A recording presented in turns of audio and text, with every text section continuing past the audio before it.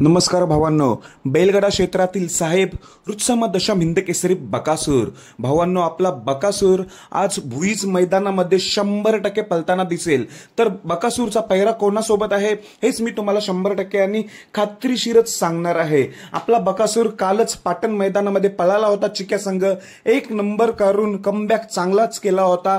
तर भावांनो, लगातार दुसऱ्या दिवशी आज देखील आपल्याला बकासूर भुईज मैदानामध्ये पळताना दिसेल। तुम्हाला माहिती आहे बकासूर कधी कधी लगातार 2 मैदानात पळत असतो, लगातार 2 दिवशी पळत असतो। हिंद केसरी देखील पेडगावची मैदानं लगातार 2 दिवस पटकावलेली आहे। असा हा आपला साहेब बकासूर। भावांनो, आज मुंबईलाच नियोजन होतं ओवळे बिंजोडसाठी, पण हे नियोजन कॅन्सल केलं आणि हे भुईज मध्ये पळायचं ठरवलं। तर भावांनो, जे आजचं मैदान आहे या मैदानाचं पारितोषिक असणार आहे प्रथम क्रमांक 1,11,000, द्वितीय क्रमांक 88,000, तृतीय 77, चतुर्थ 66, पंचमला 55। चांगली बक्षीस आहेत भावांनो, बघू शकताय सर्व बक्षिसं हजारांमध्येच। तर भावांनो, चला आता महत्वाचा विषयच घेतो, या भुईज मैदानासाठी बकासूरचा पैरा कोणासोबत। तर भावांनो, बकासूरचा पैरा असणार आहे बैलगाडा क्षेत्रातील जे कमिटी मेंबर विलास पैलवान यांचा गुरु सोबत। विलास पैलवानांचा गुरु आणि बकासूर ही जोडी आज 100% पलताना दिसणार आहे।